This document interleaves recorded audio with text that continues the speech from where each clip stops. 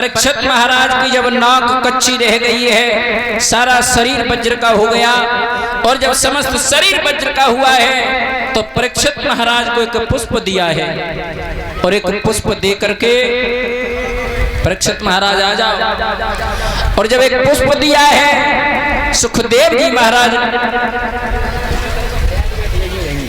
हाँ घूमिए, वो पुष्प लेकर के चले हैं। परीक्षित महाराज स्नान किया है, और स्नान करने के बाद जब भगवान का ध्यान करने लगे हैं, और उधर जब पता लगा है परीक्षित महाराज के जो गुरु थे जिनका नाम था धनवंतर, उन्होंने विचार किया है कि हमारे शिष्य को आज तक्षक नाग डसेगा, तो वो चले हैं 1400 चेलों को संग लिया है, चलते आ रहे हैं। उधर से तक्षक आ रहा है परीक्षित को डसने के लिए, तो तक्षक और धनवंतर से रास्ते में ही भेंट हो जाती है। और जैसे ही रास्ते में भेंट हुई तो कहने लगे हैं आप कौन हो? बताया हमें नहीं आप जानते। बोले हम हैं धनवंतर। बोले कहाँ जा रहे हो? हमारे शिष्य को आज एक तक्षक नाग डसेगा, हम उसे जिंदा करने जा रहे हैं। बोले महाराज वो ऐसा नाग नहीं है, जो भी पीयूष पुत्र प्रवीण, ये बेटा माल्यार्पण करके सम्मान कर रहे हैं भगवान, ऐसे बेटाओं को सद्बुद्धि प्रदान करें। कह दिया है महाराज वो ऐसा वैसा नाग नहीं है।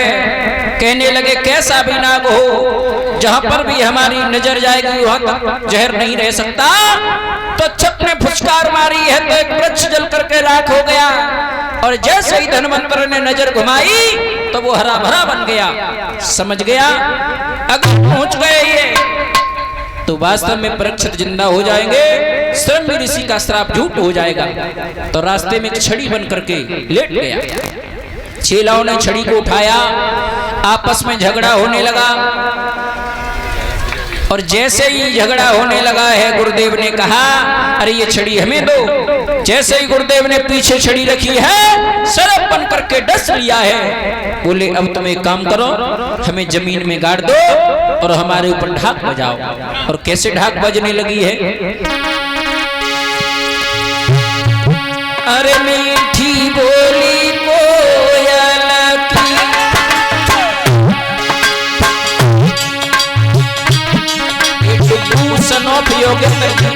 ये बेटा हमारा सम्मान कर रहे हैं।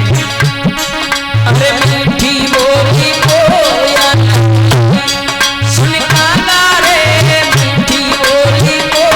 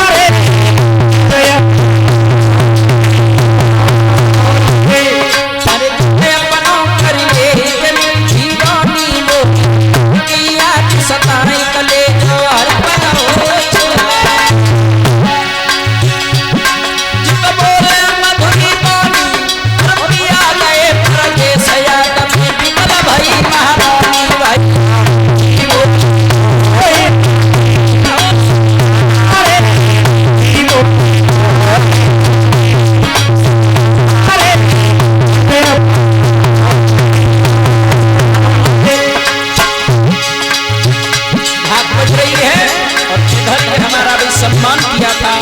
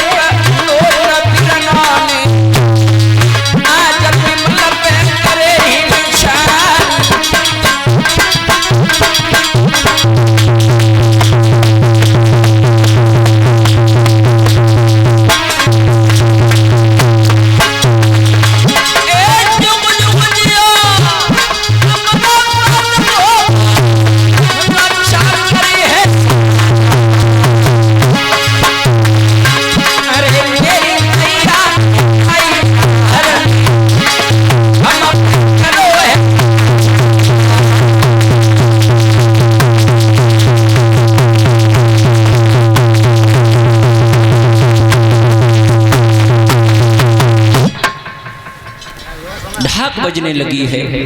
और जब ढाक बजी है तो परीक्षित महाराज ये फिर से आ गया। तक्षक कहने लगा है क्या कर रहे हो? बोले हम ढाक बजा रहे हैं। बोले अगर गुरुजी मर गए हों तो तुम क्यों मरे जा रहे हो? निकालो। और जैसे ही निकाला गुरुजी कहने लगे अब हम नहीं बचेंगे, अब हमारे मांस को 1400 चेला रौंद करके खा जाओ। तो एक नहीं, अरे वही 1400 धनवंतर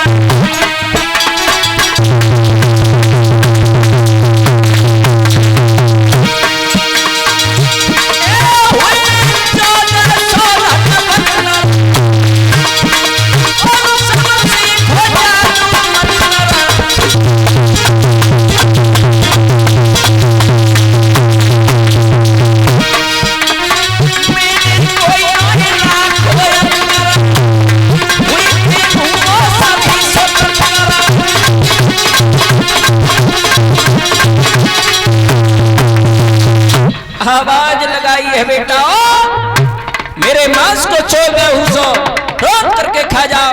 तो एक नहीं 1400 धनवंतर हो जाएंगे। रांधा और जैसे ही रांधने लगे हैं वैसे ही ये फिर से आ गया। कहने लगा है अरे नालायकों क्या कर रहे हो? अपने गुरु के मांस को खा रहे हो? तो परीक्षित महाराज इसने सभी हड्डियों को नदी में फेंकवा दिया।